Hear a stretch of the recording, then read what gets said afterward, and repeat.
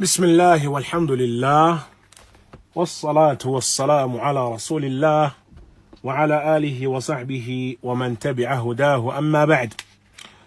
In today's session we will discuss briefly another one of the ahkam related to tafkhim and tarqiq.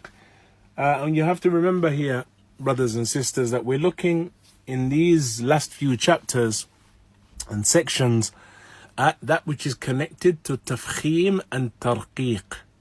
Tafkhim and tarqiq, reciting the letters heavily or reciting them lightly.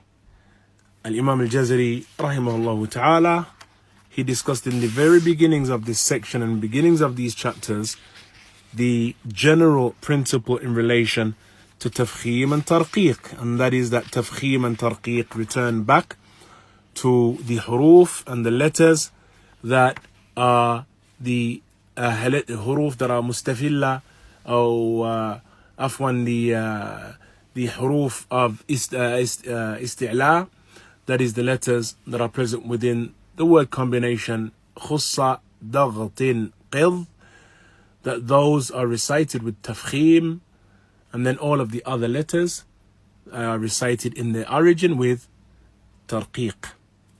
So any of the letters in khussa daghtin qidh are recited in the origin with tafkhim, heavily. The rest of the alphabet is recited with tarqiq. Yani the rest of the alphabet is recited lightly, except, as we mentioned, for the case with three letters. The first of those letters is alif, the second of those letters is ra, the third of those letters is lam.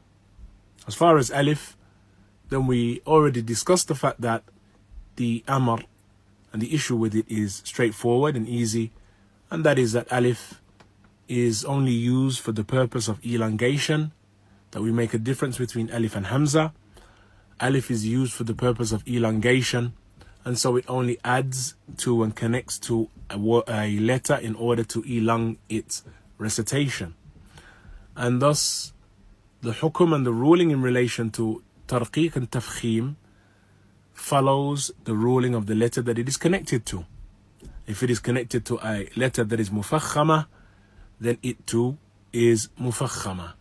If it is connected to a letter that is muraqqaqa, then it too is muraqqaqa. And that then is the simple basic rule in relation to alif. Alif, if it is connected to a letter that has tarqiq, it has tarqiq. If it is connected to a letter that has tafkhim, then it has tafkhim. We then went on to move into a discussion of ra, bab al-ra'at. And we said that the affair of ra is a little more complicated, though still relatively straightforward. Though it is a tad more detailed, it is still relatively straightforward, ikhwan, if one remembers the general principle and the general rule, and that is that we return the affair back to the ra if it has dhamma or fatha upon it, then it is mufakham. If the ra has kasra upon it, it is muraqqaq, it is recited lightly. And then the only thing that we have to be concerned with is if the ra has sukoon. And if it actually has a letter upon it, then the affair is clear. Fatha, dhamma, it is mufakham. Kasra, it is muraqqaq. The only time that we have to be concerned is there on after is if it has sukoon upon it, or if it comes at the end of a word and we're going to stop our recitation on that word, in which case the haraka that was upon that ra is now going to turn into a sukoon because we're stopping. And so when we have a sukoon upon the ra, the thing that we should, in the easy principle again, although we mentioned all of the tafsil in the previous session, the easy principle is to consider the fact that before it, yani if that we have before it a letter that has kasra, then it is affected by kasra. If we have a letter before it yani that has sukoon, then we bypass the letter with sukoon and we look at the haraka that is upon and the fatha, kasra or dhamma that is upon the letter that is before the letter that has sukoon.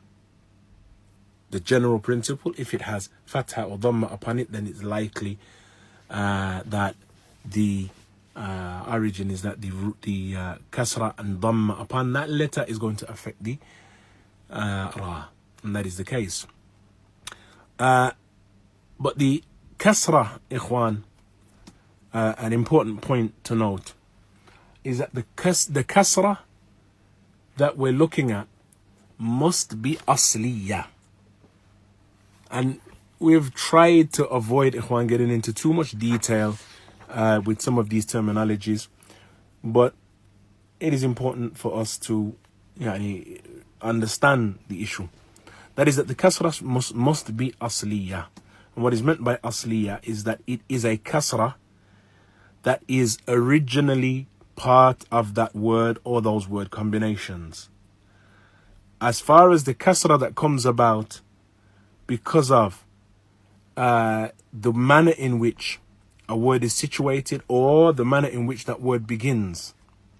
So, for example, one of the examples that we mentioned and the scenarios where ra has tafkhim was that we said that the ra has sukoon upon it, and before it we had hamzatul wasl. Before it we had hamzatul wasl. That which is therefore before hamzatul wasl in this scenario, it is mufakham. It is mufakham. Now, this kasra is not asliya. Yani, this kasra is present in order, as we mentioned previously, للتخلص من الساكنين. Yani, this kasra that is present here, مثلا ارجع إليهم والذي ارتضى. يعني, the origin in relation to hamzatul wasl is that it is brought and it is established because of the fact that the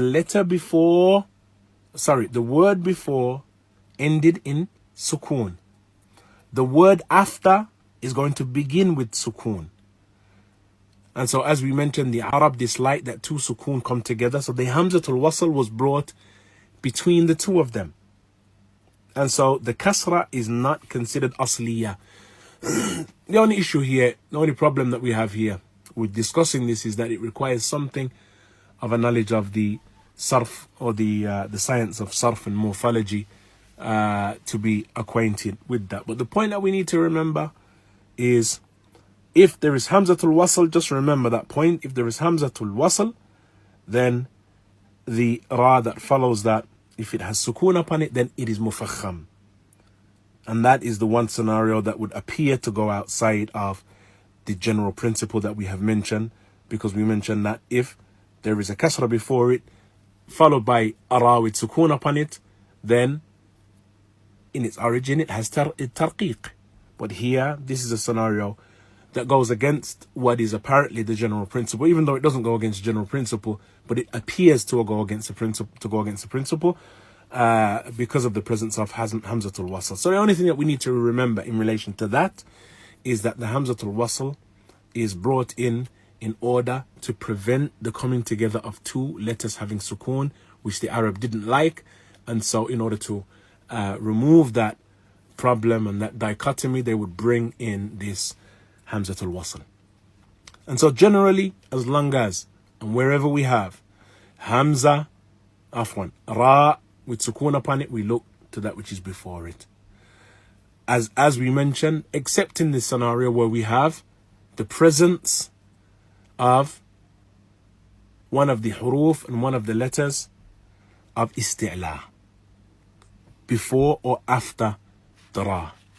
If we have one of the letters of isti'la before or after the ra, then of course, as we discussed previously, there are some scenarios, or there is we have the manifestation of the harf of isti'la affecting the ra. And even though the harf of isti'la, we're not looking here at the harakat that is upon the harf, but we're looking at the harf itself. We're looking at the letter itself. because of the fact that the letters of isti'la, as we mentioned in the beginning, the origin in relation to them, yani they are the in relation to the bab and in relation to the affair of tafkhim. Yani the huruf of isti'la, they're all mufakham. That is the asl in relation to them. And so they're the mother of the bab, the mother of the affair. Since that is the case, then there is little wonder that they're going to have an effect upon the ra if they are beside the ra. And so, of course, we're not going to go over what we mentioned, what we've been discussing over the past few days concerning ra and the instances of tafkhim al-ra and the instances of tarqiq al-ra. But just remember the general principle, and that will aid you in the scenarios where you may not be sure whether it is muraqqaq or mufakham. Just look at what is before it. Generally, if it has fatha and dhamma, then it would likely be mufakham. If it is kasra, then tarqiq. That is the general broad principle. But remember, ikhwan, and go over what we've previously discussed because it is of benefit. So the statement of Al-Imam Al-Jazari rahimahullah ta'ala, he summarizes what we've discussed from Bab al-Ra and elsewhere in his other writings, Tayyiba and others. He brings more detail, as do other A'imma of Qira'ah. And so under the Bab of Ra, he mentions وَرَقِّقِ الرَّاء إِذَا مَا كُسِّرَتْ كذا بعد الكسر حيث سكنت إن لم تكن من قبل حرف استعلاء أو كانت الكسرة ليست أصلا والخلف في فرق لكسر يوجد وأخفي تكريرا إذا تشدد. He mentions رقق the ra, make tarqiq of the ra, make tarqiq of the ra if it has kasrah. Make tarqiq of the ra if it has kasrah, and likewise after a kasrah حيث سكنت, يعني when it has sukoon but it comes after a kasrah, similarly make tarqiq. إن لم تكن من قبل حرف استعلاء, if it is not and it does not occur before a letter of isti'la. Again, that is one of the scenarios when we have after the ra one of the letters of isti'la, and that of course affects the ruling. أو كانت الكسرة ليست أصلا, or the kasra is not an original kasra, as is the case with Hamzatul Wasl. The kasra that is present when we have Hamzatul Wasl before the ra, yani the origin is that it is not asl, that Hamza is that kasra is not an original kasra, it is brought in للتخلص من التقاء الساكنين.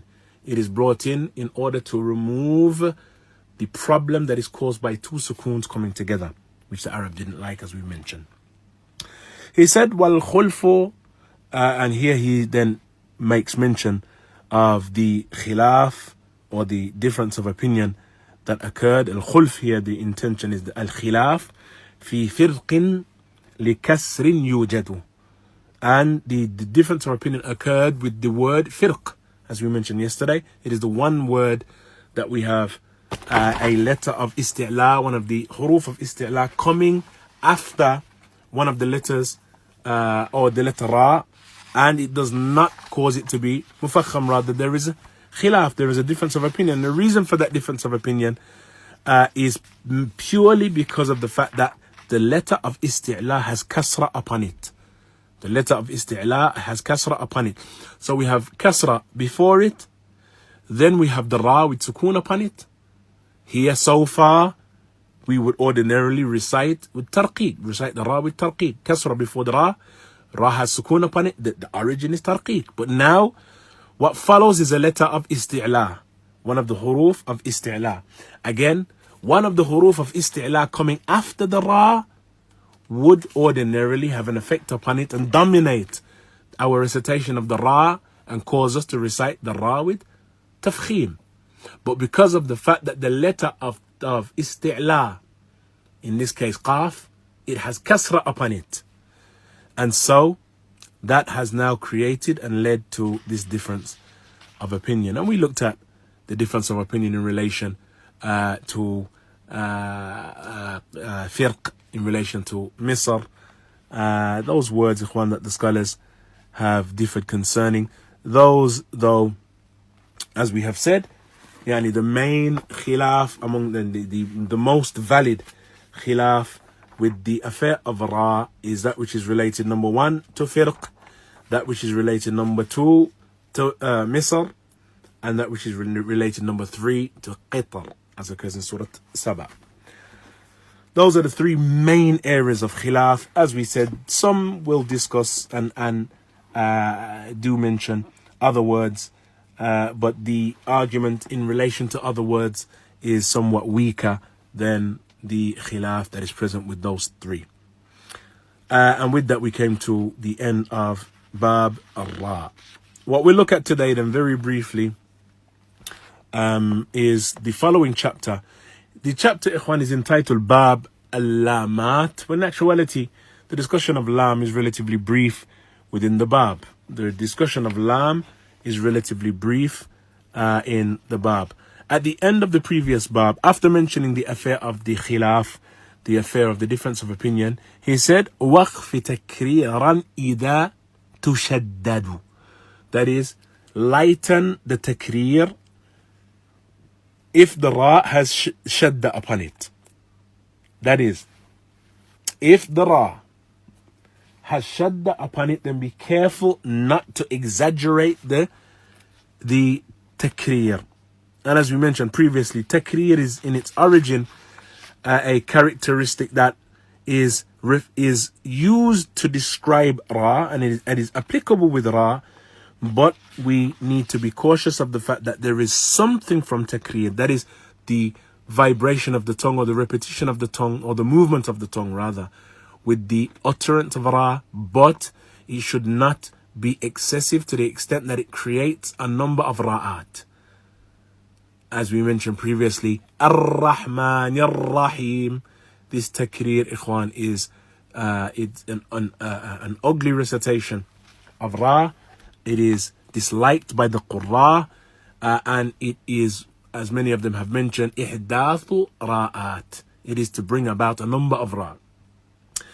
Though with some words, there is going to be something of movement in the tongue when you recite Ra, but the concentration is upon minimalizing Ra, upon minimalizing the repetition, and eliminating it where possible. As we mentioned with the recitation, mathalan, of Ar-Rahman, then there's going to be a very minimal recitation, or very, very minimal reverberation of the tongue.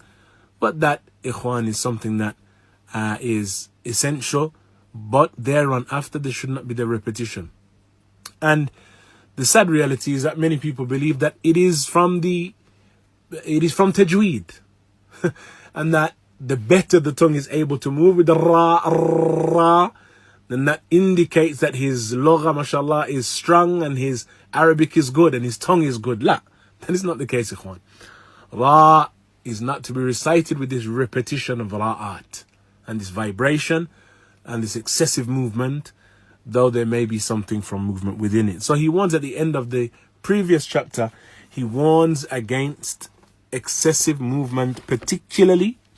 And you will see that Imam al-Jazari here, he always brings your attention to common mistakes, particularly then he says in relation to the Ra that has shadda upon it, since that is there's greater likelihood that a person is going to have that excessive Ra, or the repetition of the movement of the tongue, because of the presence of the shadda upon the Ra. With that being the case, and with that we come to the end of Bab Ra, and that is what we'll discuss, ikhwan, in this section. Though there will, as we go along, there'll be examples where there are some issues that will relate to Ra, that will reoccur and reappear as we move on. But in today's session, then, we're going to mention a nice, concise, simple conclusion to this issue of Alif, Ra, and Lam, and that is the ahkam related to Lam. And this, again, I stress and reiterate, is as it relates, ikhwan, to tafkhim and tarqiq, as it relates to reciting heavily and densely or reciting lightly with this thin sound. In relation to tarqiq and tafkhim, as it connects to la and as it relates to la, then lam, the ruling, ikhwan, is simple. And it is in many ways much like the ruling connected to alif. And that is, the origin in relation to lam is at-tarqiq. Number one. The asl and the origin in relation to lam is at-tarqiq. It is not from the letters of isti'la. And so we remember that. There is some khilaf and some difference concerning whether or not the origin in relation to ra is tarqiq or tafkhim. From the Qurra, and we mention it only that you'll be acquainted with it, are those who hold that tafkhim with ra is the origin. So there is an issue in relation to that. But the main thing that you need to remember is that as it connects and as it relates to lam, the origin in relation to lam is at-tarqiq. That is the asl.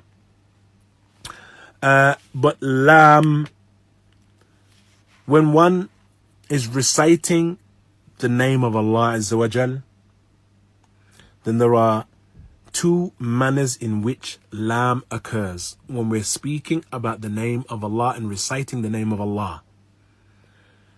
So we come across an ayah and we are reciting the name of Allah.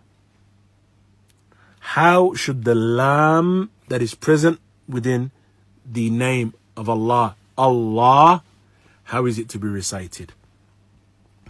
The lam in Allah, even before the revelation of the Quran, the lam in Allah among the Arab, the pre-Islamic Arab, they would recite the lam in Allah with tafkhim.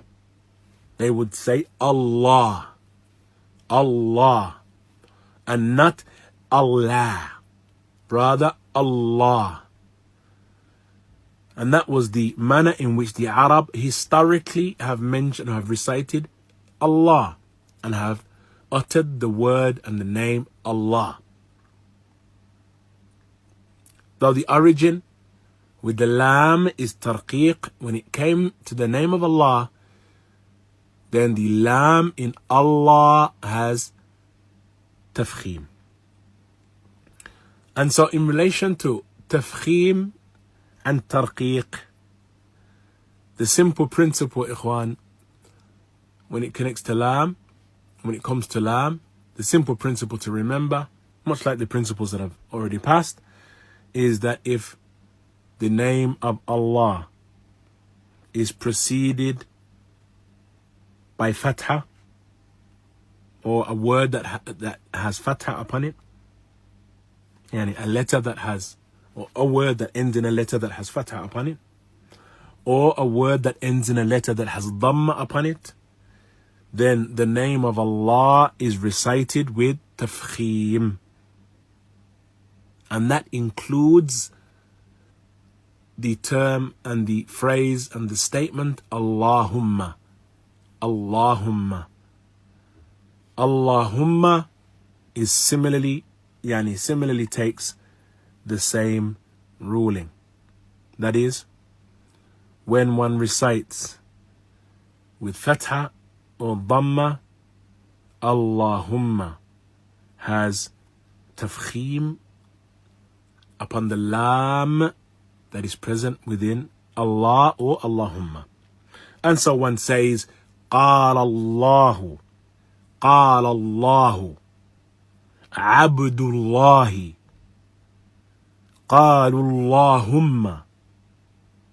Yani the fatha or the dhamma, we have and we hear this tafkhim within the recitation of the letter. قال الله. And that is in actuality, ikhwan, applicable even outside of our recitation of the Quran. even outside of our recitation of the Quran, then the affair remains the same. And so the principle in relation to lam, that is the lam that is present in the name of Allah, if it has fatha or dhamma, then it is recited with tafkhim. While if it has kasra, then it is recited with tarqiq. So one says, Lillahi, Lillahi mulku samawati wal ard. Lillahi ma fi samawati wa ma fi al ard. Bismillahir Rahmanir Rahim. Bismillahi. Bismillahi. And not Bismillahi. Bismillahi. Bismillahi. And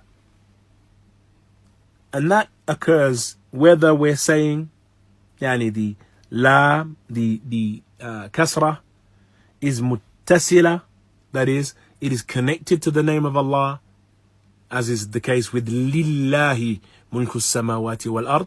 This kasra is يعني this lam is connected to the name of Allah Azza wa Jal.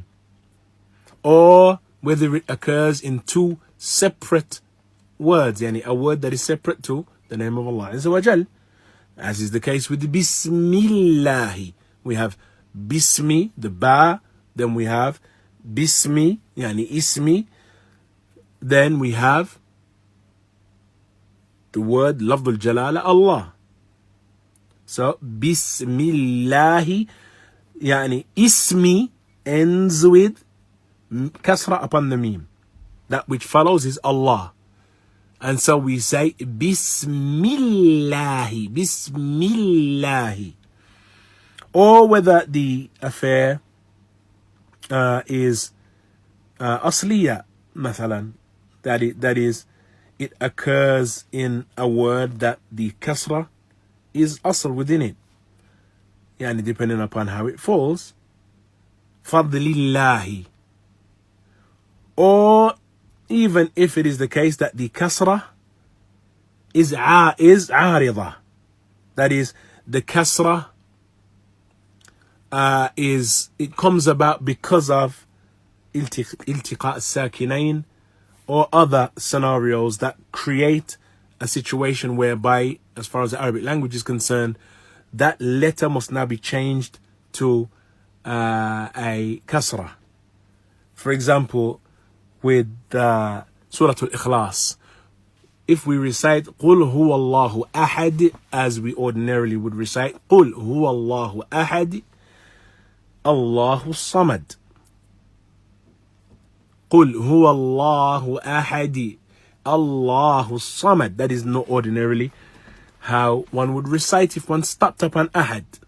But it is permissible to continue and to make wasl of the two verses, to connect the first verse to the other, in which case the dhammatain, the tanween that is present upon ahad, would now be given kasra. And so one would say قُلْ هُوَ اللَّهُ أَحَدٌ اللَّهُ الصَّمَدُ. Here, because of the kasra, the word of Allah, the name of Allah Azza wa Jal, now the lam, it has tarqiq. قُلْ هُوَ اللَّهُ أَحَدٌ اللَّهُ الصَّمَدُ. قُلْ هُوَ اللَّهُ أَحَدٌ اللَّهُ الصَّمَدُ. And so this kasra is arida, it is not asl, and it doesn't stay upon that dal, except that we're making this connection. If we make the connection, then the kasra is introduced in order to continue with one's recitation. The kasra then, instead of saying قُلْ هُوَ اللَّهُ أَحَدٌ Allahu Samad, here we're now saying قُلْ هُوَ اللَّهُ أَحَدٌ اللَّهُ الصَّمَدُ, because of this wasl and this connection of recitation. And so that then is the simple principle in relation to lam as it connects to tafkhim and tarqiq. That the origin in relation to lam is that it is muraqqaq. Whenever we come across lam within the name of Allah Azza wa Jal, then we look at what is before it. If it has fatha or dhamma, then it is mufakham. If it has kasra, then it is muraqqaq. Simple principle, ikhwan. And that is the first section within this new section of study. Even though it is entitled, and this as Sheikh Ubaidullah al-Afghani, he mentions in his explanation of al-Jazariyah, he mentions that these abwab, these chapter headings were not placed there by Imam al-Jazari himself. And so it is referred to as Babul Lamat, but in actuality there are many of the rules and ahkam that are related to Tajweed and other letters that are within this section. What we wanted to do though was to seal today's lesson upon the end of our discussion of Alif, Ra and Lam as it relates to Tafkhim and Tarqiq. So we'll begin in tomorrow's session, bi'idhnillah, with a new area, or slightly new area, though it is related, of study in relation to the ahkam of Tajweed. Wallahu ta'ala a'lam, wa sallallahu wa sallam wa barak ala nabiyyina Muhammad, wa akhir da'wana anil hamdulillahi rabbil alameen.